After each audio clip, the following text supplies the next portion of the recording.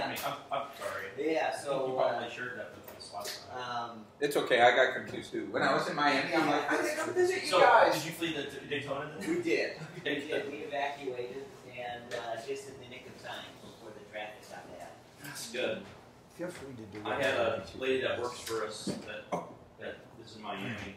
Or not. It's not. It took her 14 hours to get to Savannah. woke up at 10:30. Oh wow! And when she got there, I'm like, okay, stay off 95. Stay off 95. That's amazing. It's getting really bad. It was. I think the route up to Atlanta was even worse. 75 was worse. Yeah, I know 75 has been bad for a while. And for us, 95 wasn't as bad as, was it 26? 26 was, there was an accident, shut it down. Really? On Thursday? That's when we came up, yeah. Yeah. That's bad. Yeah. That's when she was coming up, and she was planning on driving the whole way, and she didn't even get, I mean, she had a hard time getting to Jacksonville. Yeah. That's why she just spent the night in Savannah. And Savannah was going to shut down. The hotel that she planned was going to evacuate and shut down, and they said one more night.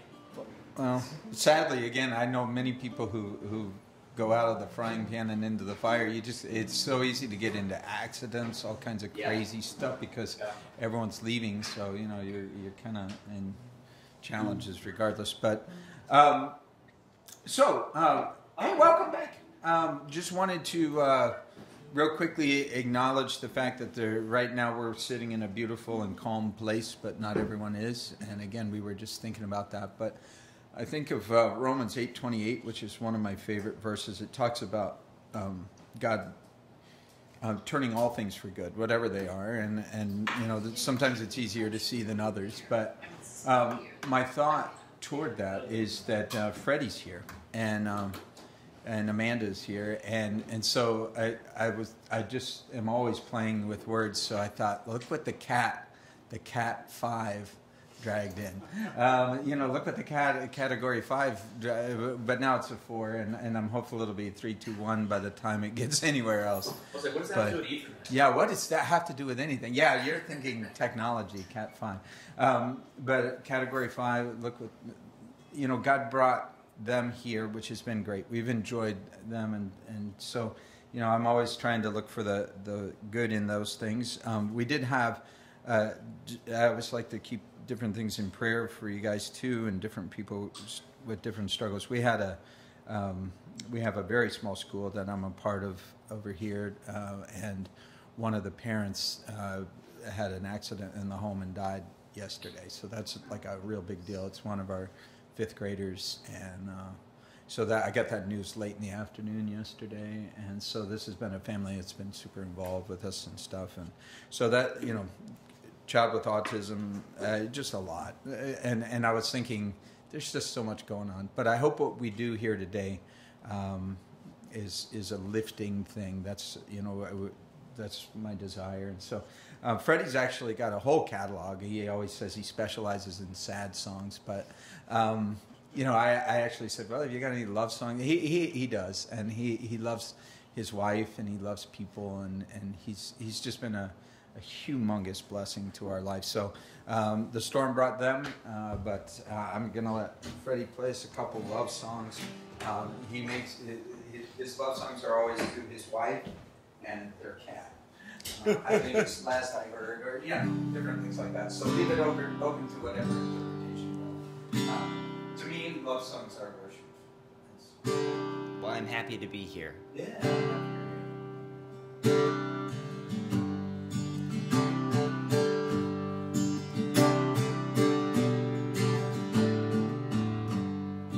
We don't get out that much anymore. We used to have friends, now we read on the porch. I try to live right, I work 9 to 5. I'm waking up next to you most of the time.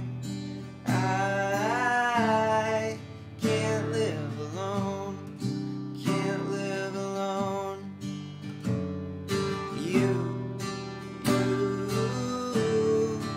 You and I both, we make this a home.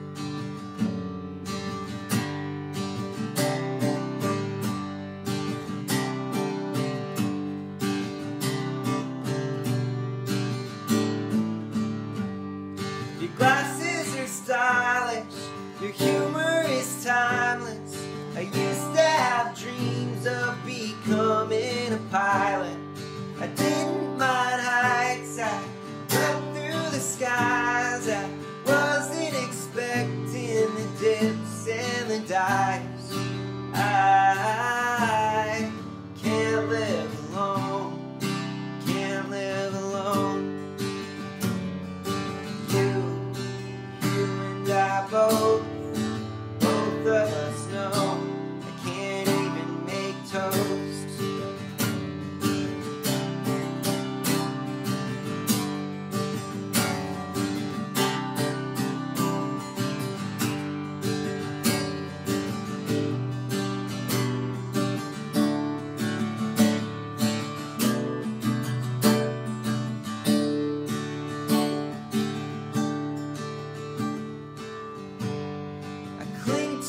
Past, I give in too fast, and most of what I start ends up in the trash. But you love me daily, through hasty and lazy, constantly changing my nose to a maybe.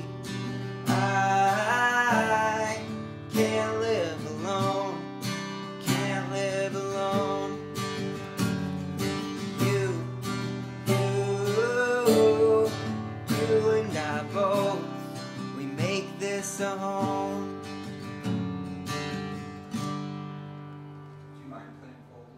I don't mind, and I will redeem myself this time. Well, maybe I shouldn't say that yet. That song is so profound. Thank you.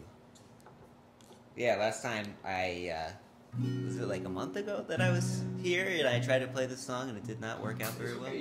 Because I hadn't played it in a long time. But I did play it last night and I only messed up once. So I'm off to a good start. Yeah, should be. This is a song that I wrote in 2013 and Scott likes stories, so I'll tell the story. I had just come home from a long tour. We toured for 2 weeks, the southern Northeast and the eastern Midwest. It's called the Green Sundresses Tour.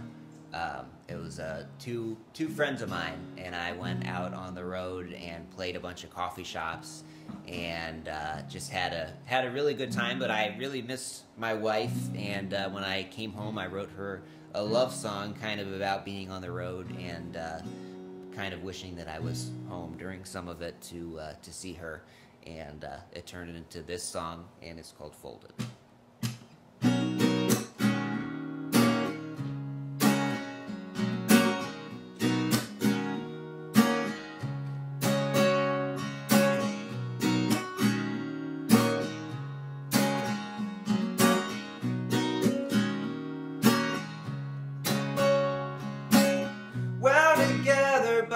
Fabric of our souls, we are held like pages in folds. Some say life must have a purpose or a goal. Well, I say truly you are my own. I used to fear the dark, now I don't. This love has made me so strong. I felt so torn apart, but now I won't. This love has made me so whole.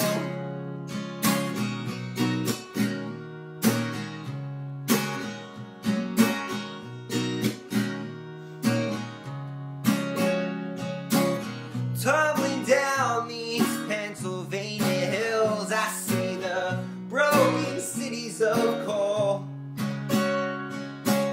Some pulling me out of this hell. The thought of bringing you back home. I used to run and hide, but now I don't. This love has made me so bold. I used to slip and fall, but now I won't. This love has made me bold. I have a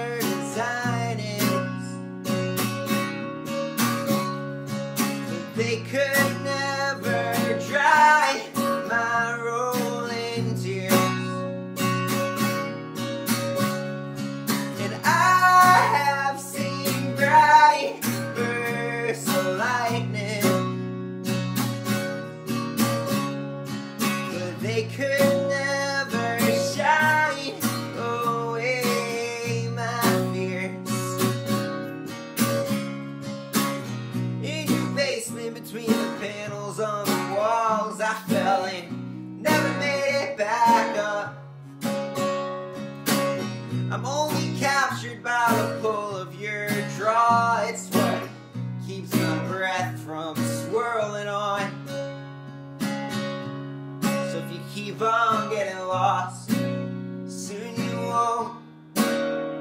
'Cause love will walk you back home if you gave all of your dreams out into a ghost. Love will buy you back home. I have held crystals and diamonds, but they are only heavy little spheres. And I have loved girls in disguises, but they could never win away our years.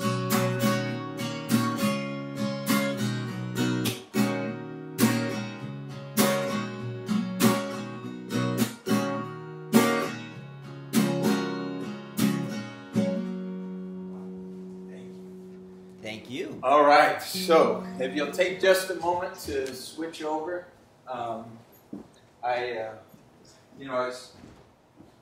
it truly is painful for me to interrupt Freddie. I feel that way whenever I'm here. I'm like, what I want to do is a teaching that's based on his songs, which also just have so much in them. I'm going to briefly tell you why I thought those songs were so important to what we're going to talk about today.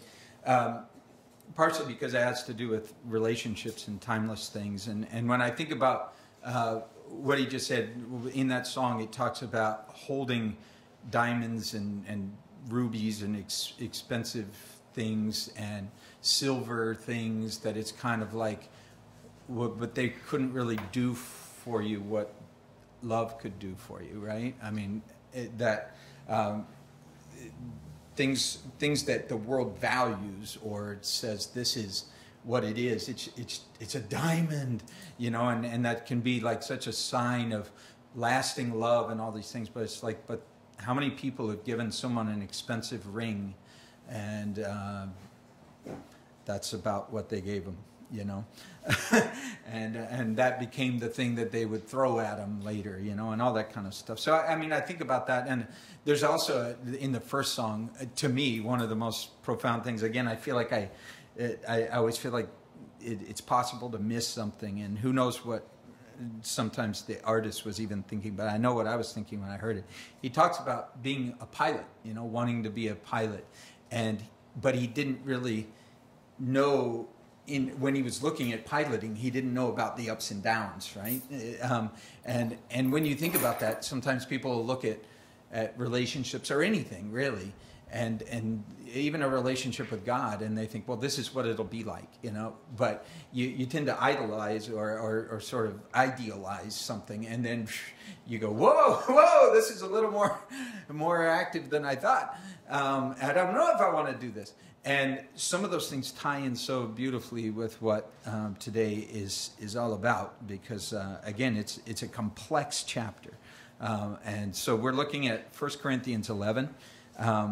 You know, again, this week has been a complex week, and I'll tell you why. My wife is actually in California. She's coming back tonight, but she was off seeing Stephen, our son, who was here the week before. But she kind of like followed him back there because they had a take your parent to work day, and that's just too cool for me. But we couldn't all go, and so she went representing us, and looked like she was having an absolutely fantastic time. You know, so we're going to pick her up tonight at the airport. But anyway, I think about all those things. I just think so much going on in this week. I can't even fathom it. So I wonder what goes on in your life. But I hope that today, as much as it would seem in some ways to be a disconnect, would be a complete connect. And that is a big task to do, because, you know, I was thinking about it just this week. I had a kid I was teaching in a high school Bible class, and they said, they were reading something, and they were like, I just don't see what this has to do with anything. You know, in the Bible, they were reading it, and I'm like, it has to do with everything.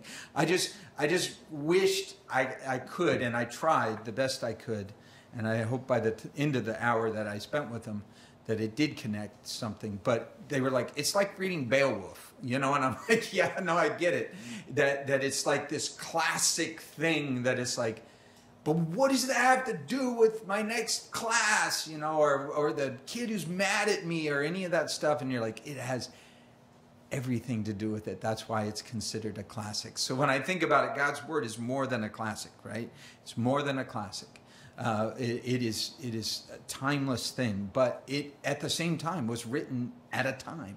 And because of that, sometimes building that bridge is such an important thought. So that's what I try to do. That's what we try to do. That's what I hope we'll succeed in. But I got to say, this is one of those chapters that if I wasn't a chapter by chapter, verse by verse teacher, I would skip it. I'd just say, what you got in chapter 12?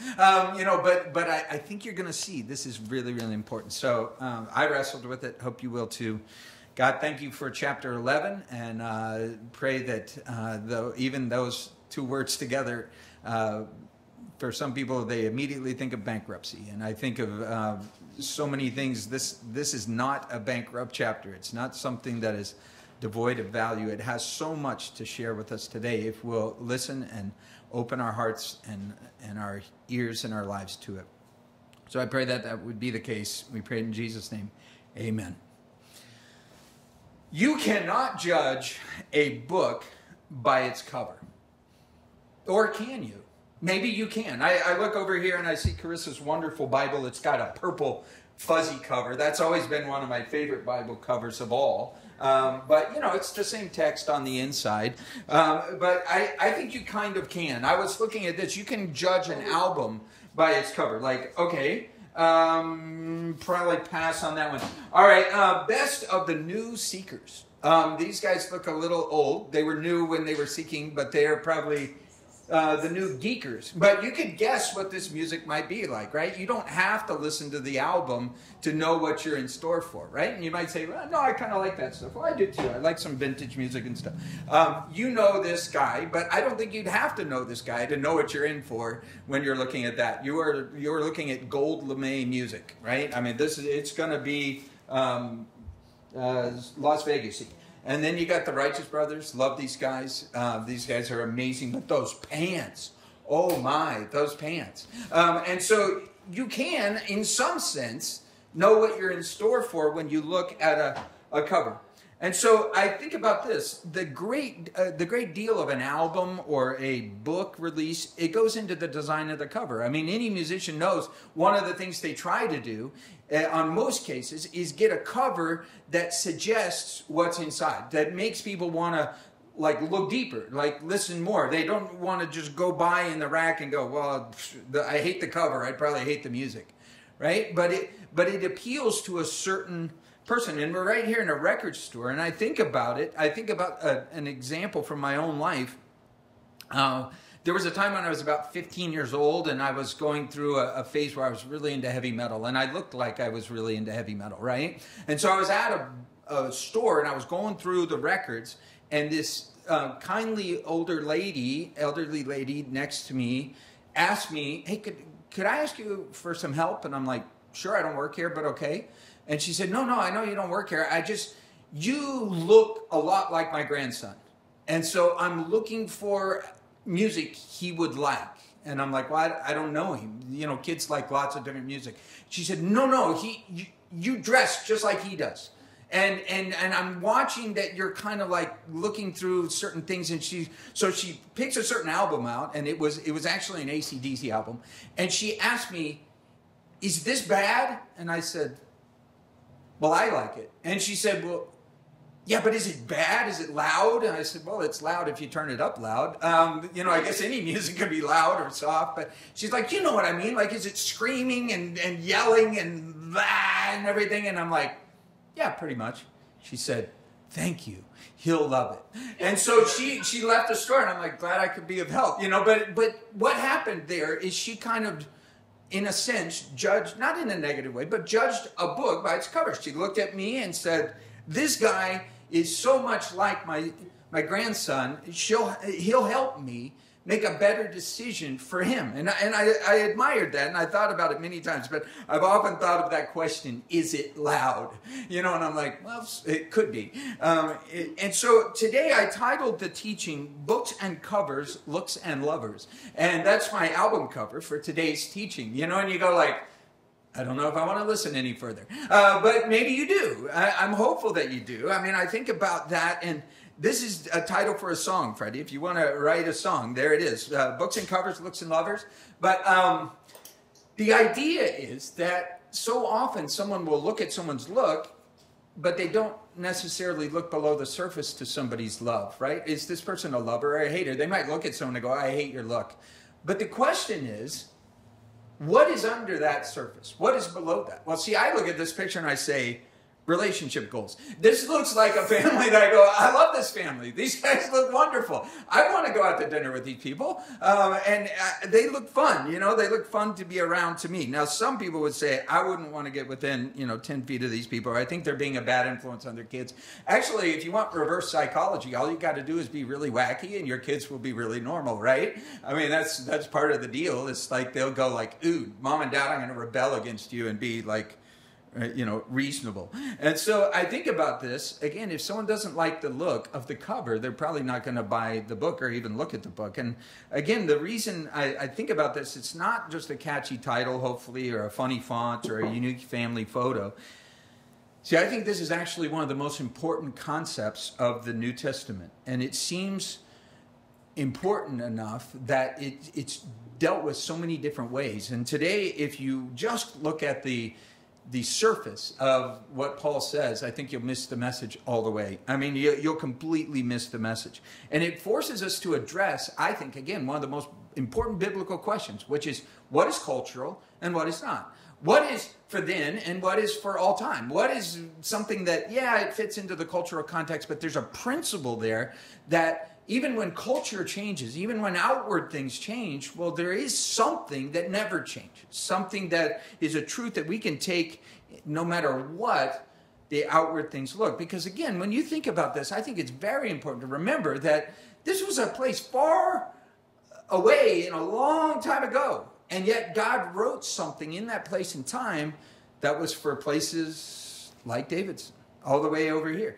And today's teaching talks about hairstyles and head coverings. And in a way, you could say, this absolutely has nothing to do with my life today.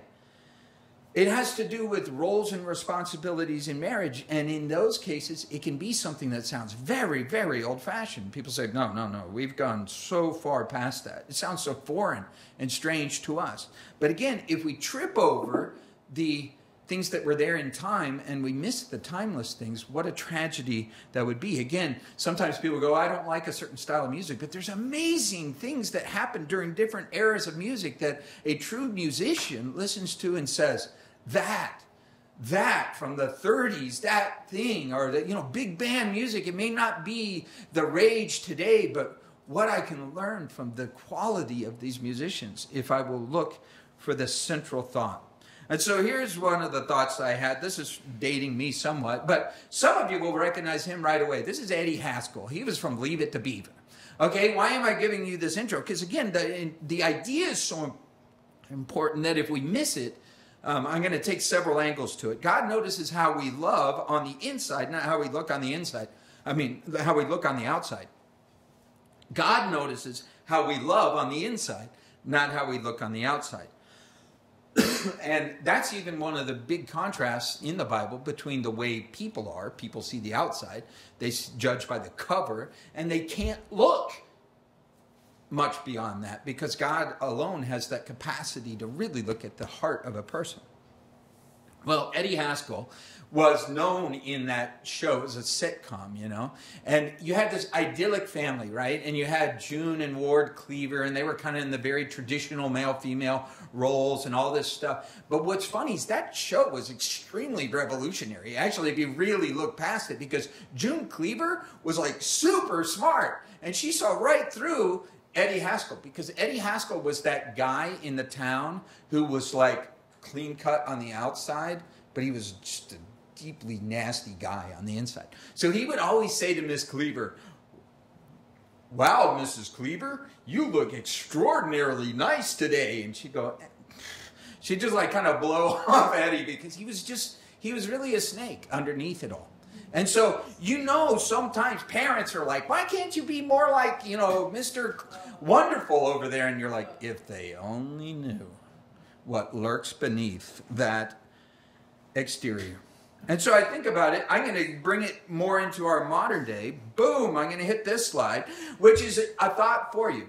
God cares more about Harry styles than hairstyles. Okay, you should think about that for a minute. And you go, what? Now, I know my daughter's going to take a pic of that and say, "I love church for this very reason."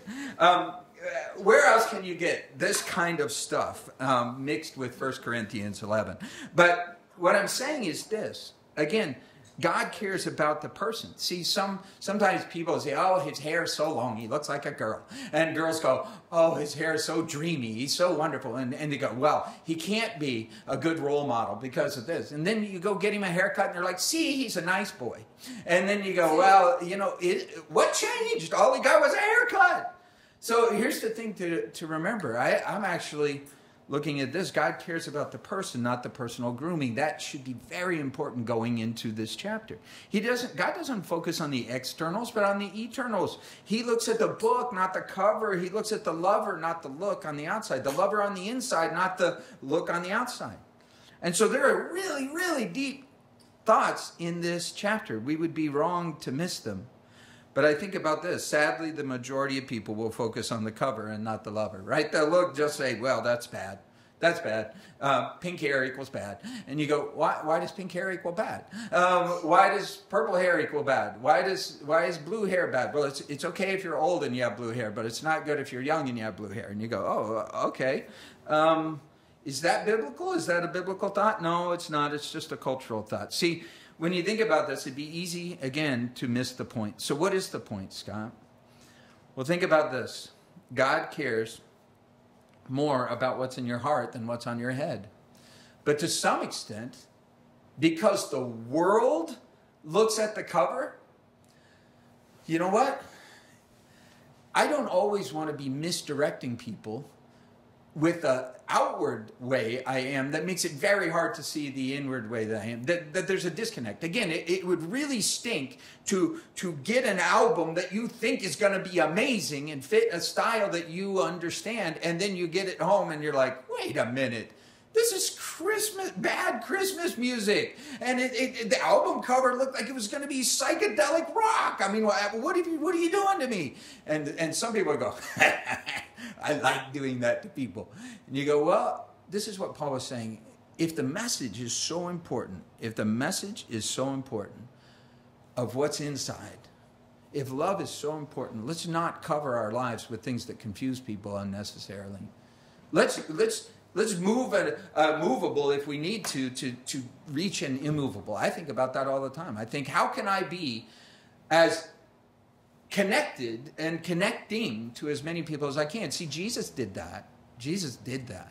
Paul did that. And so this is what I want to frame this idea with. Again, a good look on the outside can't cover up a bad book on the inside, right? You go, "What a cool cover," but the writing could just be real cheese. I mean, it's bad. And so you would be disappointed, right? If you got misdirected by something. If you said, "This person looked so wonderful, and yet I found out they were so awful on the inside." And so I think about this too. A messed up messenger can mess up the best message. See, if no one wants to listen to you, if nobody wants to, if they think, "Well, that person couldn't possibly relate to me ever because they're judging me so much from the outside that I never get to the inside of the issue," well, that would be a mistake too. And so these are the points that I want to make. The letter to the Corinthians, Paul talks about all kinds of social situations that were extraordinarily relevant to the first readers, right? These are the moments that they're thinking about. Can I throw one out? You'll remember it maybe if you were here, or if you're familiar with the contents of Corinthian letters. Meat sacrificed to idols. It was a huge sticking point in that day and age. I don't know the last time any of you went to the grocery store and asked yourself, was this dedicated to Zeus? At the butchery, right? You ask the person. What are we asking? We're asking, was this, raised in a humane way? Was it, is it non-GMO? All these kind of questions. Paul wasn't answering, is this GMO or not, right? But what he's asking, he didn't even know what that was. They didn't. What? Is it organic? I don't know. So this is the whole question, that some things change, but some things don't. What were the questions he was asking? People were asking for questions of conscience. I'm doing something where this is really troubling to me, and it's not troubling to the person next to me, and we're fighting over it because we're saying, like, well, that's sacrifice to idols, that's wrong. And they're saying, well, an idol is nothing, so it's okay. And they were both right, is what he was saying. You're both right, but you're both wrong. If you're letting something minor become something major, he says, if you have a conviction that you shouldn't do it, well, then you shouldn't do it. And if you have a clear conscience that you should do it and you can do it as unto God, then do it.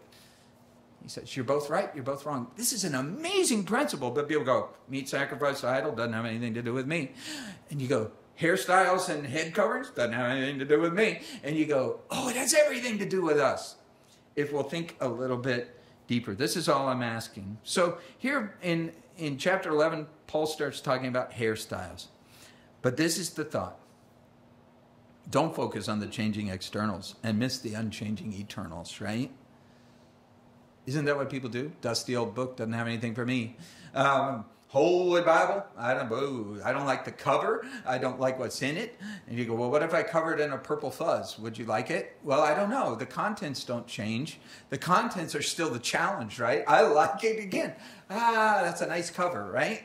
So much more friendly. So much nicer. You could use it as a pillow. But please don't yet. Okay, so the social situation, the context changes. Now, look at verse 1 with me. We will get to it, and we'll get through it, and we're going to spin through some of this kind of quickly. But look at this. Verse 1, it says, imitate me just as I also imitate Christ. Oh, man, this is huge.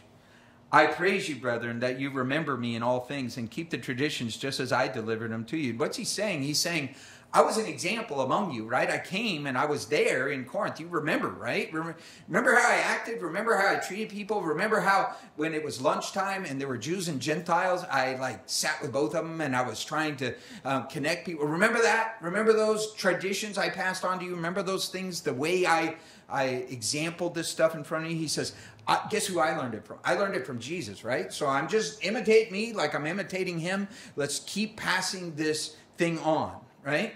And everything in this chapter should be held up like every chapter of the Bible. This is huge, huge, huge if you get nothing else from today. Hold it up to Jesus as the standard. See, sometimes people will look at certain interpretations of passages that I go, yeah, the problem is that fails the Jesus filter test, which is, yeah, but how did Jesus treat people? How did Jesus take that truth and connect it to people? Well, let's see. Jesus was a leper hugger. Right? Jesus was a guy who went and told stories of good Samaritans when everyone around him thought Samaritans were bad and we ignore them. And he was constantly surprising and shocking people with the disciples even saying. His followers, his closest followers, didn't follow that closely. There were times where they're like, why is he talking to her? Doesn't he know she's a woman of ill repute? Exactly, he knows she is. He knows even more than they do. They're looking at her dress or lack thereof and thinking something of her, and he's like, but I'm addressing the things under the dress, right? All the way under, into the heart. See, I love this. He says, imitate me as I imitate Christ. So don't lose the track here that Paul is on. Jesus cared about the inside, not the outside. Jesus treated men and women as unique individuals. He did some really radical things in his day, like entrust the message of the gospel, the most important message ever, first to a woman. What? I mean, first to shepherds who were looked down on in their society. Like, don't trust the testimony of a shepherd. You know how they are. They're crazy people. And he says, well, I guess I'll give this amazing message to them first. His life, he talked to, again, people who others were saying constantly, like, why is he eating with them? Why is he talking to them? And so there were people who were really clean on the outside and they were ugly on the inside. And Jesus did talk to them too. And he addressed their ugliness on the inside. So always go beyond the externals to the eternals. This is what Paul's saying. Be a barrier breaker. And so that's an important thought. But see, here's part of the problem. Sometimes people become so iconoclastic, as they call it. They're just somebody's busting down every barrier that nobody wants to talk to them. That nobody, now all of a sudden they're alienating everyone, right? They're like, I don't care what anyone thinks of me. And Jesus wasn't like that at all. He cared deeply that people would get the message and not miss the message. And so verse 11, Paul's saying this is a tough balance. It's a tricky thing. Follow my example as I follow the best example possible. In the name of humility, many people would say, oh, don't look at me, look at Jesus. But this is the thing.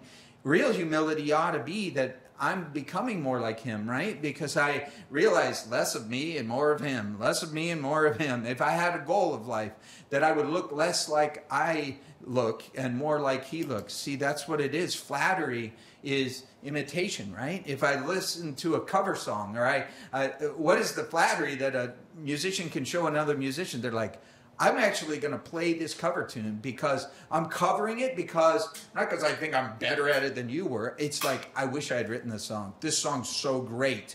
I want to play it. And I want to give honor and homage to that person who did.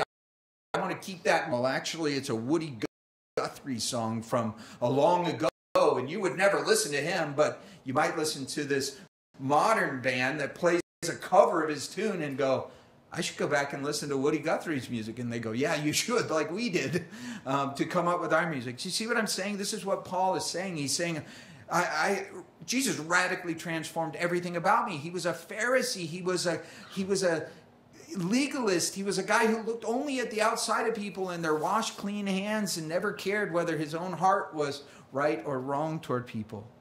And so he says, well, man, so much changed. Imitate me. I'm just imitating Jesus. And as long as I'm getting him right, then you can look to me. But if I'm getting him wrong, then just look past me to him. This is really great. You know, kids, I'm hopeful that my kids in some ways can imitate some of the things I do. Every once in a while, I get a laugh at it because they'll tell a really bad dad joke, but guess where they got it? From me. But guess where I got it? From my dad. I'm passing it on. This is amazing. You know, bad dad jokes will live on in our family. But I think about imitation. This is what kids do, for better or for worse. They do it. Kids are copycats. And I don't know if our daughters remember this one, but I do. It was Stephen came up with this thing. He was an amazing cultural guy. He just set his own lingo, but he would pull things from all over the place. And we watched a movie where the person said "never" like this, and he appropriated it. Whatever he would do, he'd go "never" into stuff. And there was a time when I asked Carissa to go. She needed to go to sleep. Hey, she was young, really young. And Carissa, it's time to go to bed. And she goes, "Never," you know. And I'm like, "Whoa, you picked up? Okay, that's not good." It's funny, but don't imitate that. You know, don't learn that from your brother, right? The only legitimate form, though, of leadership in life, the only legitimate form in the Bible is by example, good or bad. We just talked about that last week. Good, bad examples. Remember that? Bad, good examples. The only legitimate form of leadership is by example. And Paul's going to speak about a very sensitive subject. And again, I would skip this if I could, but I can't because it's so relevant to my own life. And it's relevant to every life here. It can be hard to hear if you don't look below the surface, but this is it. The leadership roles of men and women in the relationship they have in a family. See, if you want to get in a fight in our modern world, just start talking about different roles on these things and go, oh, well, no, we're totally identical in every way. And you go, well, I don't know about that. See, I really do believe if someone were to spend a lot of time around our home or our life, they would see that I'm probably about as progressive a person as I know. I mean, there's people who are maybe more progressive in some ways, but when I think about it, I'm very egalitarian at home. I mean, it's you know, Len and I are a team. It's teamwork, you know, and all this. But the example that I try to follow. I tried to follow all kinds of cultural examples till I came to Christ. And then I came to Christ and I said, well, let me follow his example best I can. What was his example? He said, the greatest, the most You're the leader? Well, lead in this. Lead in service. He says, I am the greatest among you. Guess what? I'm going to get down on my knee and I'm going to wash the feet. The symbol of power in the scripture, in Jesus' life, is a basin and a towel and a person's foot in that being served. So you go, I'm the king of my castle. Well, are you? Jesus was the king of his castle, and how did he treat those who he came to be the king over? Well, he served them with humility. See, and I think about this. If I'm going to lead in my home, if I'm the head of the home, who am I imitating? Well, I could imitate all kinds of things. But I'm supposed to imitate Christ. That's what it says. Guess what? I'm the head of my house, right? But I have a head. I have this one, but there's a head over my head, right? What is that head? He says, I want you to know that the head of every man is Christ. The head of woman is man. The head of Christ is God. Now again, taken in isolation, you might look at that verse and everyone will find the thing that they don't agree with on it. Wait a minute. I don't like that idea, you know. So again, when I think about this, the head of every man is Christ. I think about this. I think it would be pretty easy to love Jesus, to follow Jesus, to look to his example as one who would be sacrificial, as one who would be very different than the people who were around him. Again, he got in all kinds of trouble in his first century life because he didn't live like the people around him. Some people would have found him very, very, very radical. You mean you actually, again, talked to a woman at the well? The woman herself even said, why are you talking to me? I'm a Samaritan and a woman, which was just not done. Except Jesus did it, because he didn't really look and see a woman. He looked and saw a soul that needed help. And so I think about this. You know, my daughters ought to be able to look at my life with my wife and know what they should expect from a man treating a woman. Well, you know, that's a pretty high standard for me to say that. I'm not a perfect example, but I hope I could say, at a minimum, he ought to treat you this well. If he's below the standard of your dad and how your dad imperfect worse than I treated your mom. I mean, come on.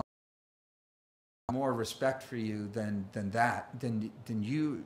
That's a standard. I think about that, and I think my looking for right there, son. You know, I had a very good. Going really, really. Actually, we kind of got this. See, we came out of graduate school. We were super educated, right? And we had our models of what we were going to imitate. And we're going to be this modern couple. And guess what? We barely survived the first few years of marriage. And then we came to Christ. And guess what? Has it been smooth sailing, no problems ever since? No, it's been difficult. It's been up and down. But we actually believed this on some level and said, well, rather than imitating our culture, right or wrong, let's imitate Christ and see how it works. Let's try to mutually serve one another and see how that works. I'll tell you what, I'll try to look up to Christ and be like him. And you know what? Here's a crazy thought. I really love this thought. It was one of the best quotes I ever heard on the subject of men and women and them trying to figure things out, which is, I think everyone really is looking for someone who they can look up to, who won't look down on them. What an amazing thought. My wife actually looks up to me, which is crazy. She considers me the leader of our house. Like, well, you're the head of the house. And I like, well, that's scary. What do you think we should do? You know, why do I do that? Because I'm like, I don't know what to do. But her giving that over to me in some sense actually is a more sobering thought than us fighting for power struggles in it. Because you know what? She says, we're on the same team. We're pulling in the same direction. And I think about this. Love works when we are complementary teammates, not competitive rivals, right? I mean, we're just We could make it the tug of war. We did. I know what it is. Well, I'm in charge. Well, I'm in charge. I'm top dog. No, I am. And all that. You know what we did? We tried to just say, God's the head of this household. And wow, he delegated something to me. Okay. That's sobering. I have to care for and pray for and lead and be an example to my kids and my wife. That's tough. That's hard. There's authority that comes with that. There's accountability that comes with this. I need help. And so I like that quote. Again, I'm looking for someone I can look up to who doesn't look down on me. And I look up to my wife, and she doesn't look down on me. She doesn't think of me as, oh, this stupid guy. What a guys, and the guys are so stupid. And I think mutual contempt is a great way to have a very sad life. But mutual respect is an amazing foundation for healthy relationships, you know? When you think about it, where you go, man, I look up to you. Well, I look up to you. We look up to each other. See, and this is the context of what he says. Every man praying or prophesying having his head covered dishonors his head. Again, this is a cultural thought, but there's so much in it. Every woman who prays or prophesies with her head uncovered dishonors her head, for that's one and the same as if her head were shaved. For if a woman's not covered, let her be shorn. But if it's shameful for a woman to be shorn or shaved, let her be covered. Remember, he's writing answers to questions they had. In that day, in that time, let me say, you know, hairstyles have always been indicative in some ways of lifestyles. You can tell sometimes what people are like on the inside because of what they choose to be like on the outside, right? I mean, you can. Not perfectly, but somewhat. There's a heavy correlation there. And in those times, there were people who, like our times, there were ladies who covered their hair. There were ladies who didn't. But one of the worst things that you could do to dishonor a woman, like if they came in and captured slaves, what they would do, they would shave the women's heads. That was like, oh, it was just such an affront. I mean, that's what they would do.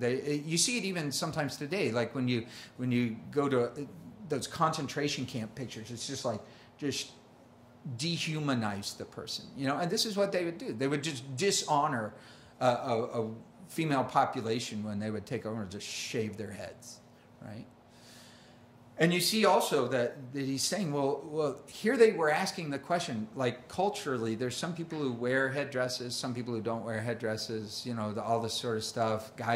Some guys in Corinth wear a hat to pray, some to wear it not to pray. They're like trying to figure all this stuff out, right? How do we live this Christian life? How do we imitate Christ? What would Jesus have done, you know? And he kind of says, look, man, if in your culture it's like super, if they're in Corinth, the most shameful thing you could do with a woman is uncover her bald head, well then, wear the covering. I mean, that's kind of what he's saying here. He says if she's not covered, then it's kind of like shameful, right, for you guys? So just don't volunteer to do something that's shameful or would be a bad thing there. Notice he says when a woman who prays and prophesies, this was radical. Can I remind you the radicalness of this thought? This was women in their day in church with something to say. Again, I can't emphasize enough that if you rewind the tape 2,000 years and put yourself in, you know, the Middle Eastern culture and the Grecian culture, for a woman to even be in the room and have a voice at all was radical. And Paul doesn't say, don't let him say anything. He says, you know, just here's the dress code. They're asking, what's the dress code? We do it even today. Look at me, this is the dress code. I've had people say, what should I wear to church? I'm like, something between a bathing suit and a three-piece suit. I mean, whatever you're comfortable in. But guess what? There are times when people have said, for a certain event, they'll tell me, well, a guy should wear a tie and a jacket and wife should wear whatever. You know, they kind of have a dress code for both. And I could say, I'm going to show up for that. Who are you to tell me what to wear? I appreciate you telling me what to wear, so I don't show up going, whoops. Wow. This is what Paul is saying. Again, I want to contextualize it because so many people have universalized this thing and said, like, you know, they show up for church with the shawl and all these things and they think this is what God cares about. This is not what God cares about. God doesn't care whether you pray with a hat on your head or not. He really doesn't. You know? Now, I will take my hat off in our culture for certain things. Why? Because I don't want to offend somebody. How can he pray with his hat on? I've prayed with my hat on many times. When I was walking outside to shade the sun, God says pray without ceasing. Well, I guess, what does that mean? So think of the wider context of everything you look at. God cares about lifestyles, not hairstyles, right? So you think about this. It was a very radical thought. Imitate me as I imitate Christ. Prior to Christ, women were property. They were not allowed in the temple at all. Christianity has elevated women's position everywhere it's gone. If you look at the places that Christianity has not gone, there's a lot of this. Full coverage, don't look, just this, that kind of thing. And when you think about it, the head covering was an outward symbol of submission. And women were wondering, you keep talking about our equality and God, that there's no, in Christ, there's no male or female, Jew or Gentile. Should we just blow all this cultural stuff completely off? I mean, do we do it or we don't do it? And he says, look, you know what? Context. The message is so important, the internals. You're going to be judged by your cover. You are in Corinth, just like we are today. And he says, if taking off the covering means nobody looks at the book and nobody looks at the love inside your heart, oh boy, you elevated something minor and missed something major. See, this is what I try to look at. If it's shameful, why would you want to do it? Why would you cover a good book with a bad look? Why would you put a great album inside a horrible cover? Well, because I'm hipster and I'm cool. And you go, but nobody heard your album, man. But these were great songs. The album cover should draw them in. Draw them in, draw them in. There's nothing wrong with a message having something that people listen to. If you're changing inside, that's great. But if you want to change culture, sometimes you have to change with culture. Sometimes you have to go with that flow so that you could actually have the most important thing go. No veil. Well, I made my point. I took my veil off. And he says, yeah, but they missed the point of why you did that and what you did with it. And see, I think about this. This is huge. Again, huge. Talk about the S word. Nobody ever wants to talk about submission. But you know what's interesting? Submission in the New Testament is never a one-way street. It's a two-way street. It's not for submission of females to males. It isn't. It's submission of humans to God. It is my mission as a husband is to be submitted. I'm submitted. Submission is for men. Submission is for women. Submission is for children. Submission is for adults. The mission is submission. See, I did that little sign there with a submarine because submarine, what does it mean? It means under the water. It means under the water. Sub-water, submarine. Submission means under the mission. I'm under the mission. What's the mission? My mission is the message, imitate Christ. Look to Jesus. Everything in my life is kind of submitted to that mission. See, as a husband, I'm hoping people would look to our house sometimes and see Jesus there. Does that mean we're perfect? No, we're so radically imperfect. It's amazing. We accept each other with all our differences and all our distinctions and all our craziness. And you can be you at our house. You can be you. And kids have had funky hair. Stephen had really long homeless person hair and scraggly beard and everything else. And I'm like, awesome. I like the look. And then he'd come home and he'd be like hind tight, man. Just very, very nice. Man, I like the look. This is amazing. I've seen Amanda and Freddie come at various times that I'm like, Amanda, I like the look, but I barely recognized you. I was almost like different person. I'm like, love it. I've seen pictures of Freddie looking extraordinarily subversive. We're talking like really crazy. And you go, don't let him fool you. He looks fairly establishment today. He's got his little penny loafers. Doesn't have a penny in them, but maybe that's indicative. But you know what I'm saying? It's like, but the inside, man, the inside. This guy's a lover on the inside. Man, I love the way he connects with people. I love the way he serves people. He will go to bat and to the mat for a powerless person. I love it. He'll go to a powerful person, stand up to him. And you know what? I bet sometimes he wears a suit and tie when he does. Why? Because he doesn't want him to ignore the book because of the look. He doesn't want them to ignore the lover because of the cover and say, like, I'm sorry, you can't come in here without a jacket. Well, I'll stand outside and scream and nobody will hear it. And this is what Paul was saying. He's saying that our message is so important. Don't mess it up by being a messy messenger. Don't mess it up by having people so shouted at by who you claim to be that they never really get to see it. Sub to the mission. See, this is what he's saying. A man indeed ought not to cover his head. He's the image and glory of God. Woman is the glory of man. For man is not from woman, but woman from man. Nor was man created for the woman, but woman for the man. Again, these things, I've got to rewind the tape 2,000 years, and you'd go like,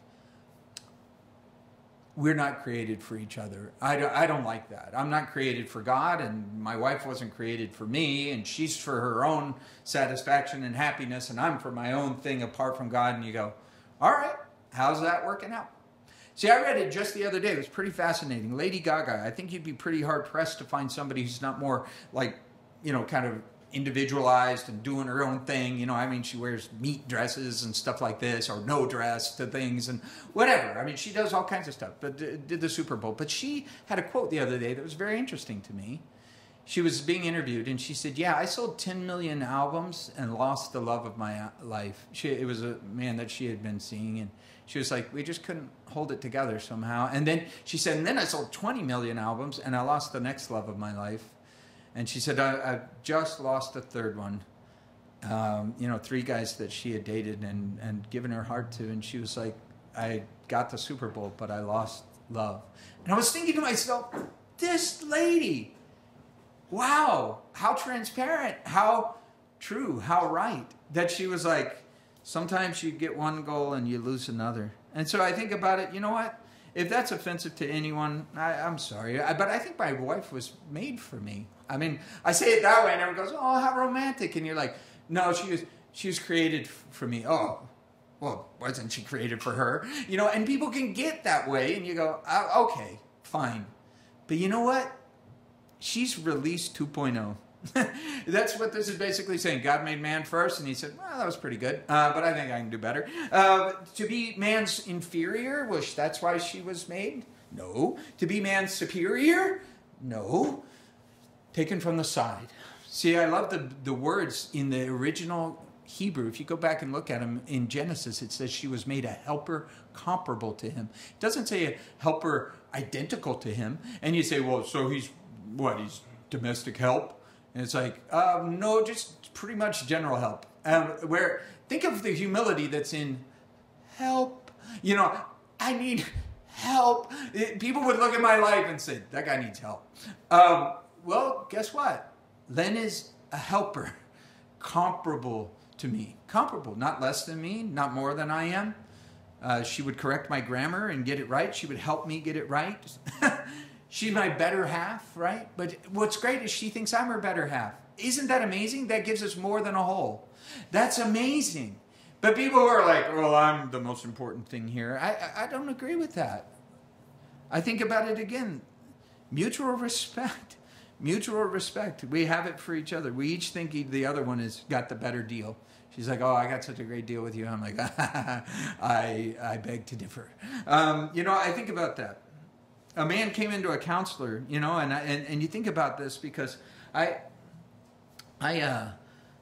do judge a man by his wife to some degree. What do I mean by that? If I see a happy wife, I know there's something very special about that guy. Why? Because it's like he's getting something right. Seriously, he may not be the smartest guy at work, or he may not be out, but he's doing something right. Come on. 40 years and she doesn't think you're a bum? Even though sometimes you're a bum? That's pretty impressive to me. My parents just celebrated 55 years of marriage. And I think about that and I go, well, I can at least imitate that in my dad. That's a goal. And I think about this. This is what I love. They went in a stretch limo Volkswagen bus, a vintage bus, to a balloon launch, a hot air balloon launch. And I'm like, I love these people. Relationship goals, right? This is like my parents I'm like, thank you. You know, did they get everything right? Have I imitated everything they did? No. No. And I wouldn't encourage my kids to imitate everything I do. But imitate me as I imitate Christ. They got that one right. And so a man came into a counselor and he was complaining about his wife, you know. And he told the counselor, we've only, you know, been married 1 year and my wife is just a bitter nag. She's just terrible. Look at her. I mean, look at her sour face. And the counselor asked, this is a real story, I was the counselor. But I'm telling you, the counselor said, well, was she like that when you married her? I mean, like that? Bitter and nasty? No. No, she was like a radiant, positive, capable, beautiful lady.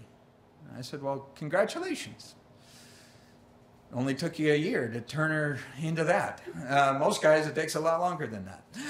And the guy was like horrified by what I said. But I said, listen, she's a reflector, man. She's reflecting what you're giving her. The Bible says that. You want biblical counsel? Here it is.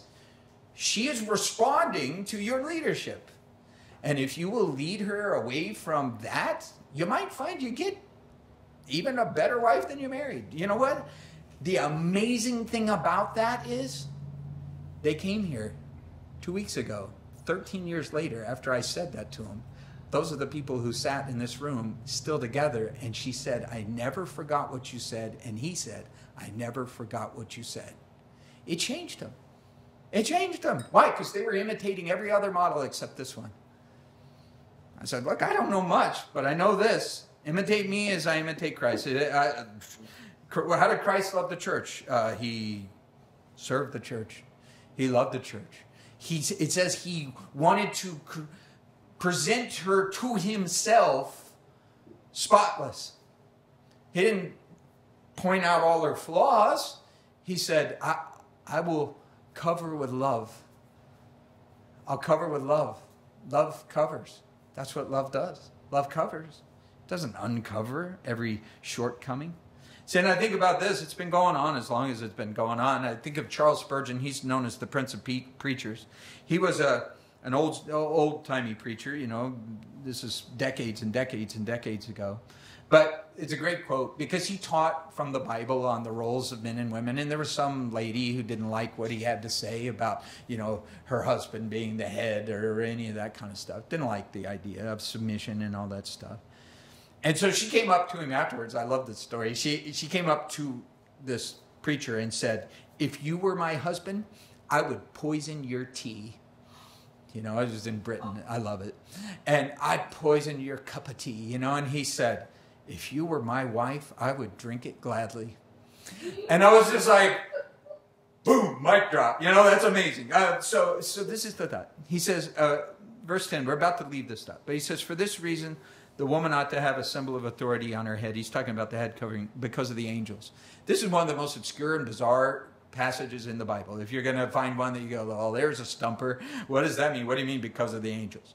Well, I'll just give you a passing thought on it. I think Lynn knows, but she's not here. So I always ask her when I don't understand something. I'm like, what do you think this means? But cross-references in the Bible, the angels fell. Some of them did and became demons. And if you don't believe that, you don't believe the Bible. But there's spiritual life out there. And God first created these very powerful beings. Long before he created humans, he created superhumans, right? These amazing angels. And he didn't create demons. He created angels. But a third of them, the devil led them. They imitated him. He said, I don't need to listen to God. I do things my own way. I don't need his authority. I don't need accountability. I'll do it my way. And they rebelled. And they went to and through hell. And I look at it in my life, I go, look, man, you want to reject a submissive attitude? You'll go through hell. You want to go through heaven, the closest thing on earth? Understand authority and accountability. And submit my example to God. Look to him and imitate him. He says, because of the angels, the good angels would be looking on going, wow, we made the right choice. And the demons would be going, we were so much more powerful and so much more stupid than these people made of mud. Oh, well. So you see that? That's what I think he was talking about, but could be wrong. Verse 11, nevertheless, neither is man independent of woman, nor woman independent of man in the Lord.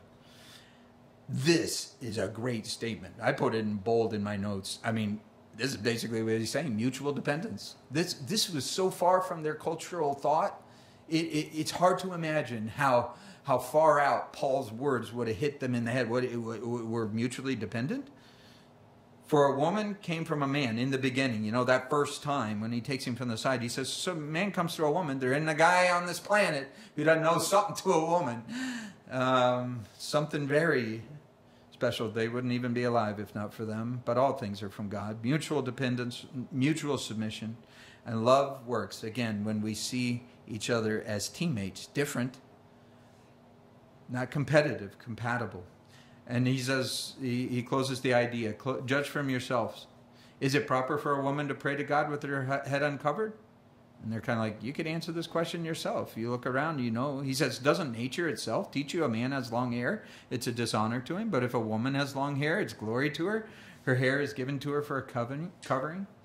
Again, separate out the timeless truth. Cultural styles come and go. He says, doesn't culture, everything around you tells you in your culture, you look over and if a guy has long hair, they're like, what's his problem? And if a woman has long hair, they go, oh, I love your hair. You got to tell me where, you know, it's like just a totally different thing.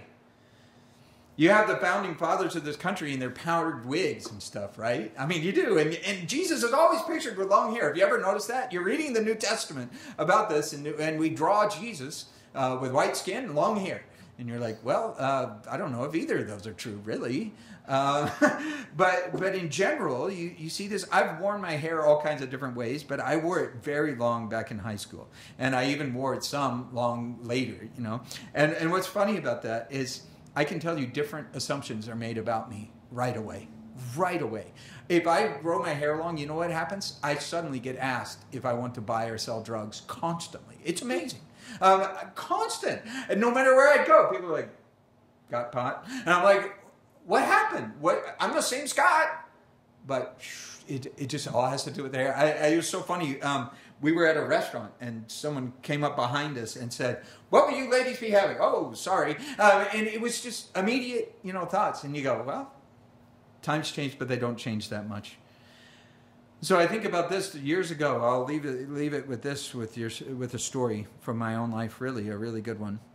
There was a young guy who showed up at our church, and he was wearing dreadlocks, really nasty dreadlocks, though, a really pointy beard. It was long, pointy. It actually went into 2 points. It was pretty wild.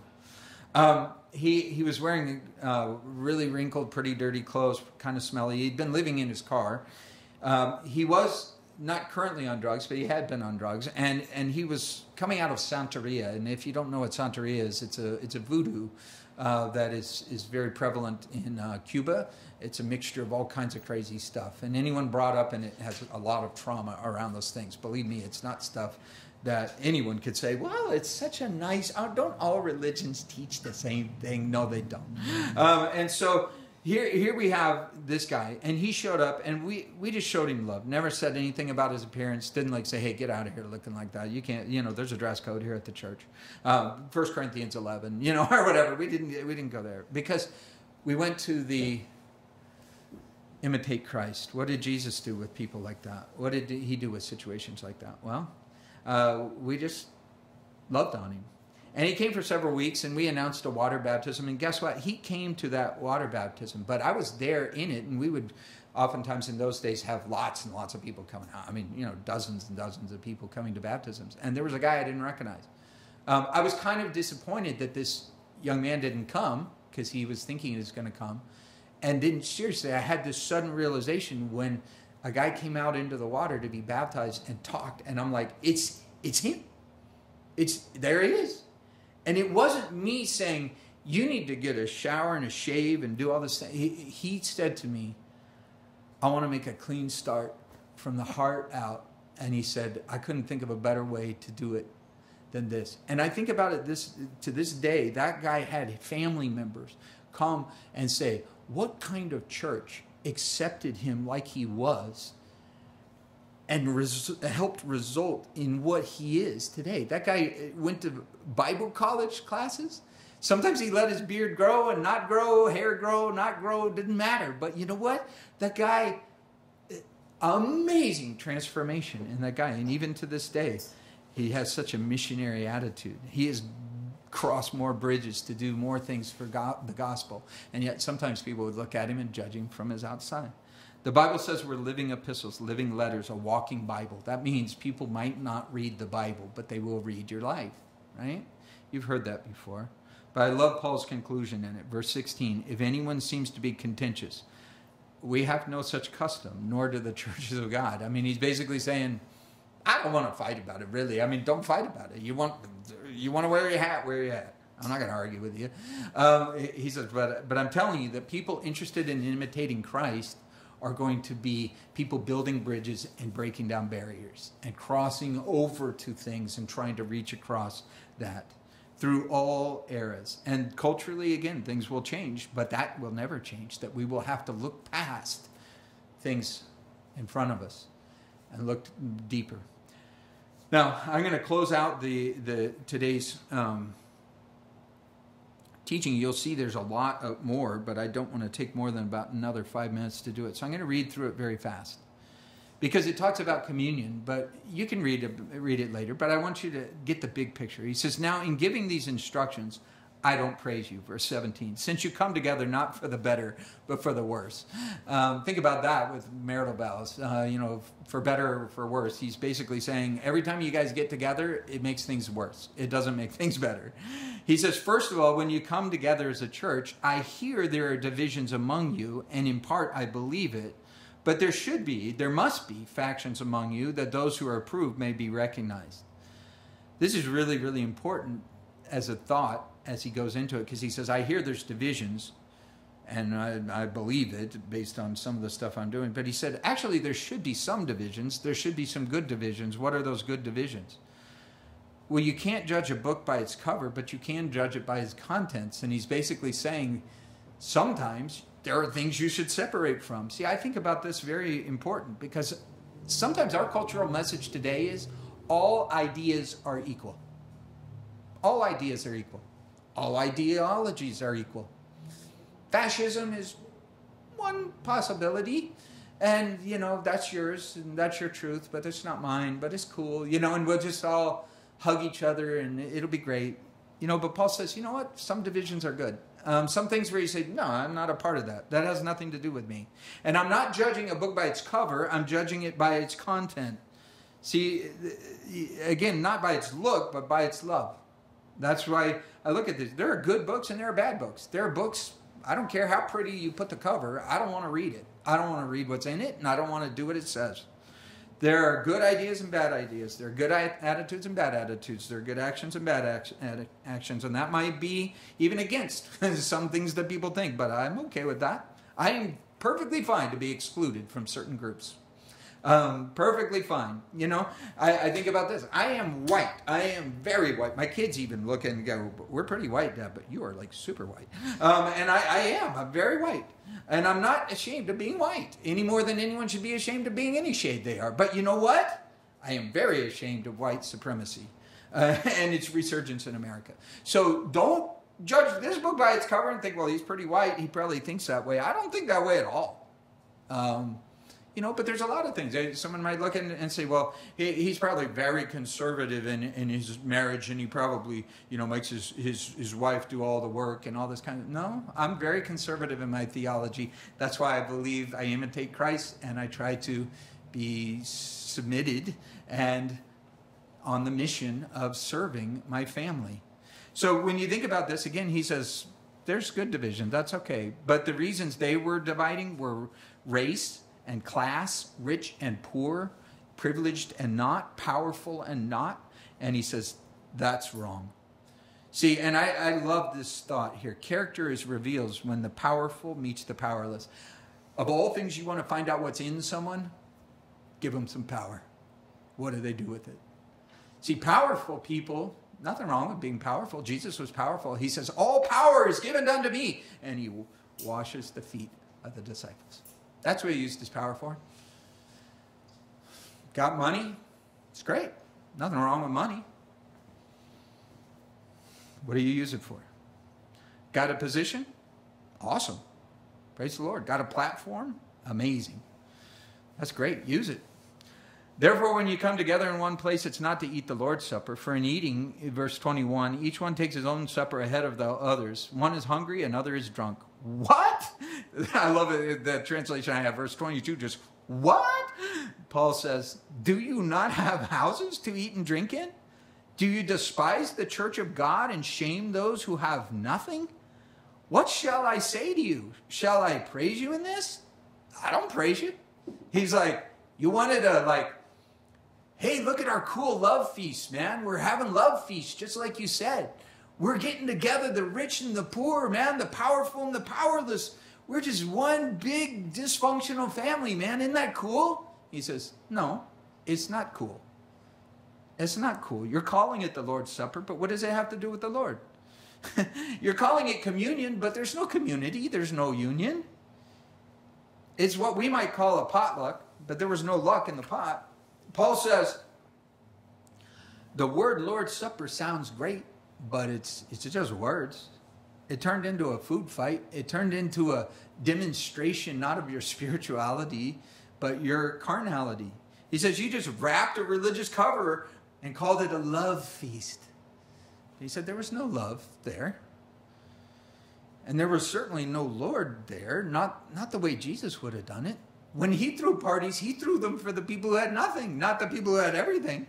See, the name is sweet, but the game was sour. They threw it in the Lord's name, but it wasn't in his nature. And this is really important. He's just saying you're imitating your culture, but you're not imitating Christ. Christ said, when you throw a feast, throw it for the least and serve them.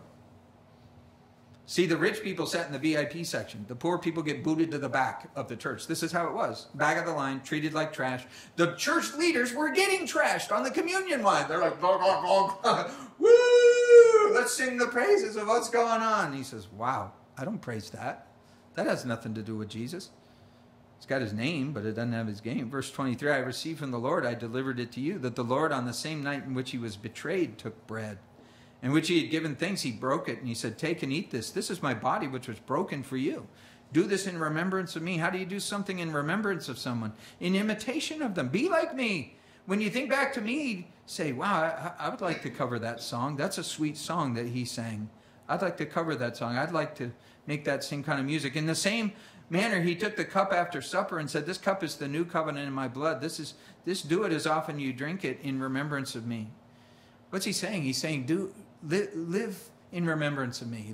You want to figure out how to treat somebody? Just think back to me.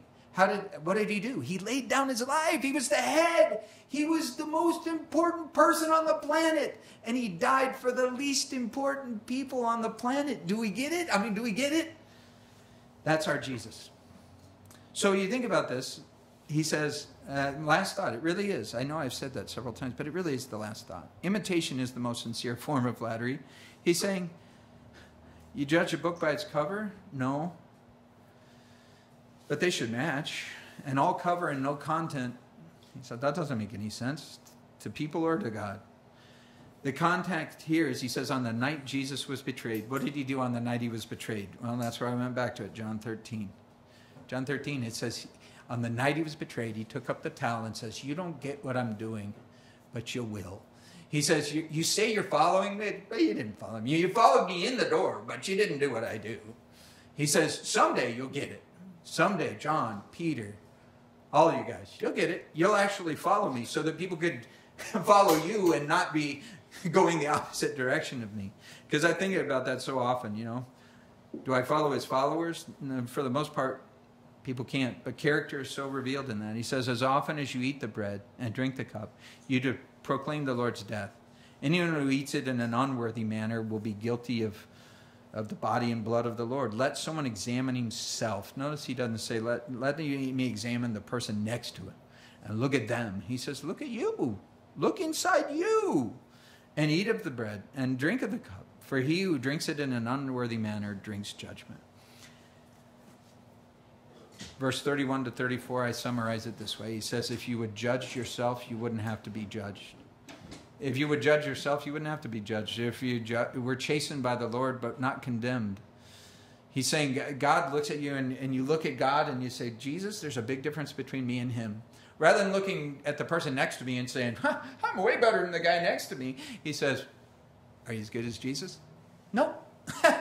Forgot about that comparison. He says, imitate him. The most sincere form of flattery is that. And so when you come to a passage like these that are kind of hard, frankly, these are hard passages. What do we do about headscarves? What do we do about whether men and women, are, she's supposed to submit to me or I'm the head of her and all these things? Those are difficult passages. What do? When in doubt, imitate Christ. That clears up some very cloudy things to me in my life. How did he treat people? How did he treat people who were of lesser social status than he? He elevated them.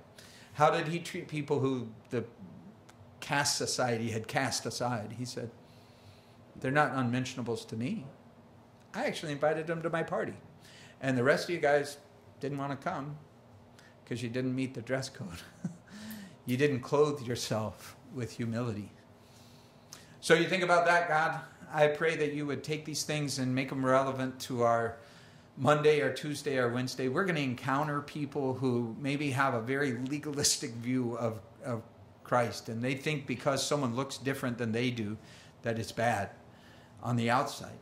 But I pray, God, that you would give us X-ray vision, that we could seriously look as you do at people. Look at ourselves first. Judge ourselves that we not be judged.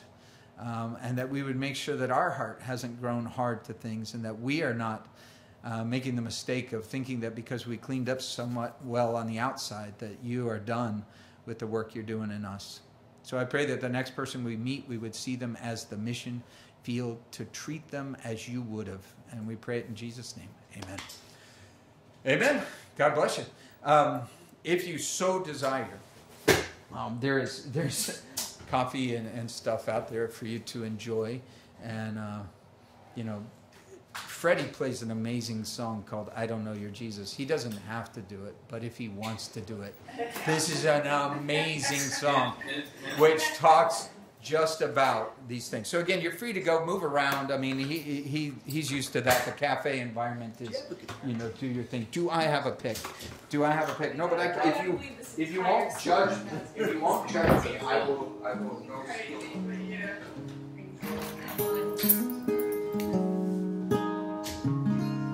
Usually I have guitar picks in my jeans, but these are new, fresh jeans, so... Well, not new, but recently washed. So that's my drawback. Little joke here. Sorry. Take your pick. Get it? Take your pick. It's that probably was good. Right. Yeah. Yeah, I didn't get to play this one last night, so. You didn't. So.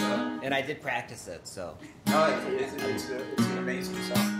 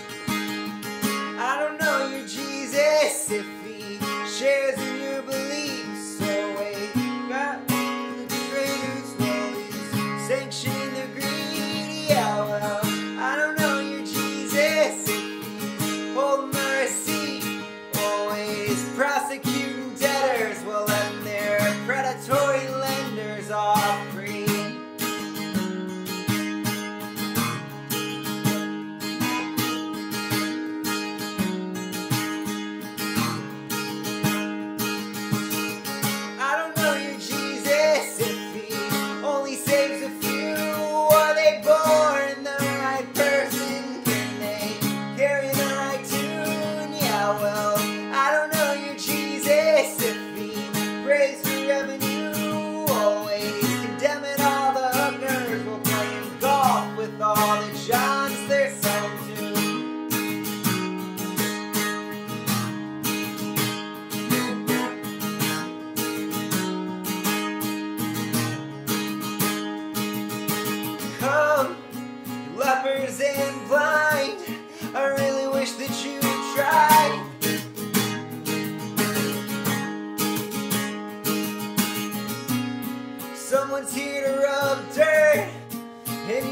looking in your eyes.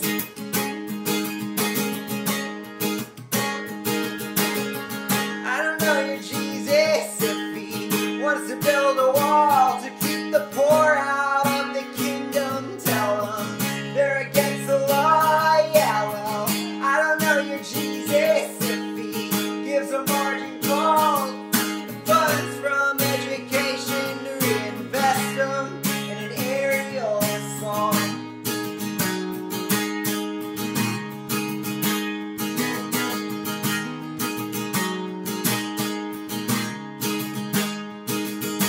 Holy Scripture laid upon a shrine,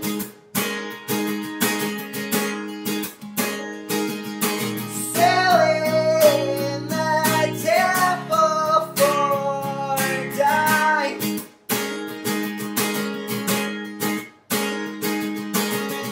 I don't know your Jesus, okay?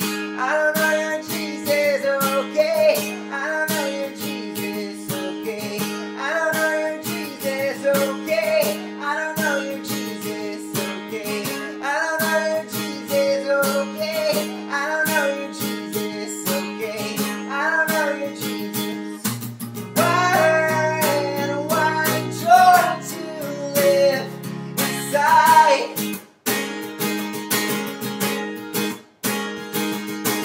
Your communion reeks of cyanide.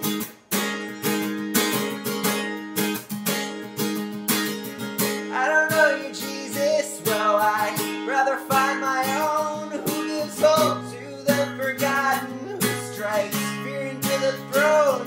Yeah, I see a way, Jesus, and the cross he died upon, but the only cross your Jesus ever touched is burning bright up in your lawn.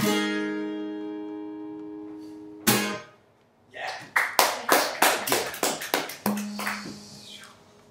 That is just an amazing song. Thank you. Well, you guys are free to go. You're free to not go. That's right. Thank you. I could listen all day, but what I love about that song is there's lots of people who claim lots of different Jesuses, right? And there's really only one, but the one who there's a line in there. I just don't want you to miss it. It's very strong, but I love it. I mean, that's a strong song. But he says, I don't know your Jesus if he condemns the hookers and plays golf with the Johns that are paying them. And you go, I don't know that Jesus either, because that isn't the Jesus of the Bible. The Jesus of the Bible went to rich and poor. He went to privileged and non-privileged. He went to powerful and powerless. And I think about that. It's a dramatic thing. I mean, he said to the Pharisee, the prostitutes and the tax collectors get into heaven ahead of you because they have a humility to know they need me. And I'm like, so again, sometimes I would look around and I think if someone will be saying something in the name of Jesus, and I think to myself, I don't know your Jesus. I don't know that one. I don't know that one. But I know the one, I think. The Bible says, let us boast in this, that we do know him.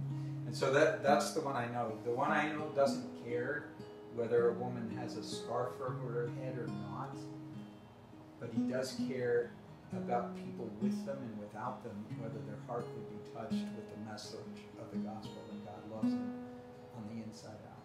So anyway, that's what I've always admired about your music, and man, it is, I appreciate you being so subversive that you go into places and they think they're not going to hear a song like that. And then they do. I gotta say, when I was writing it, I never thought that they'd let me play it in church. But yeah. And I played it in 2 churches. Church is where that should be played, in my opinion. And everywhere else, too. In and out. Anyway, amazing. So. Next time we need all the words. Well, no. Yeah. Yeah. No, I know. It's amazing. And so there you go. Thanks, guys. Thank you. Don't step on buried seeds. Oh, man. Or the right.